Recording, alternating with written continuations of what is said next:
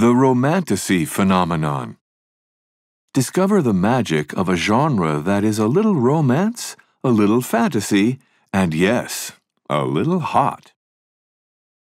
Bookshops haven't seen scenes like it since the height of Pottermania in the early 2000s. The midnight openings on publication dates, the long lines of fans eager to buy the newest novel in a series, the authors, all female, being screamed at like rock stars. Nobody says the literary quality of these stories is great, but with sales like these, every publishing house is desperate for an author who writes romantasy, a mashup of the romance and fantasy genres.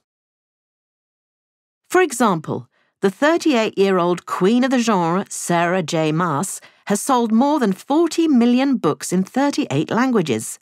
Videos linked to her have been viewed more than 14 billion times on TikTok. Iron Flame by fellow American author Rebecca Yarros is the fastest-selling romantasy novel ever.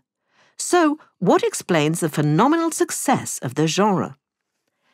Honestly, says Yarros' publisher, Anna Boatman, the real world sucks. There's probably a more professional way to say that, but people want to escape.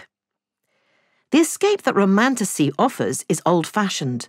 Magical worlds, good triumphing over evil, and enemies that become lovers, but very modern in that the happy couple is usually only part human. The central character, a woman, may be totally human or at least humanoid, but her hate/love interest is more of a demon/vampire/elf/werewolf type. And the resultant sex is hot. TikTok reviews use chili pepper emojis to indicate how spicy each book is. The thing I love about romantasy is that the romance can have these world-ending stakes that you just can't get with an office rom-com, says Nisha J. Tooley, the Canadian best-selling author of Trial of the Sun Queen. I love the whole, he murdered your whole family, but now you're going to fall in love, something which you can really only create in a fantasy world.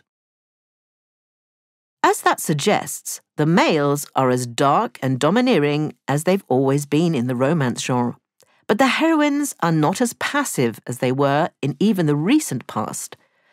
Publisher Gillian Green says, the Twilight generation of heroines were a bit sappy.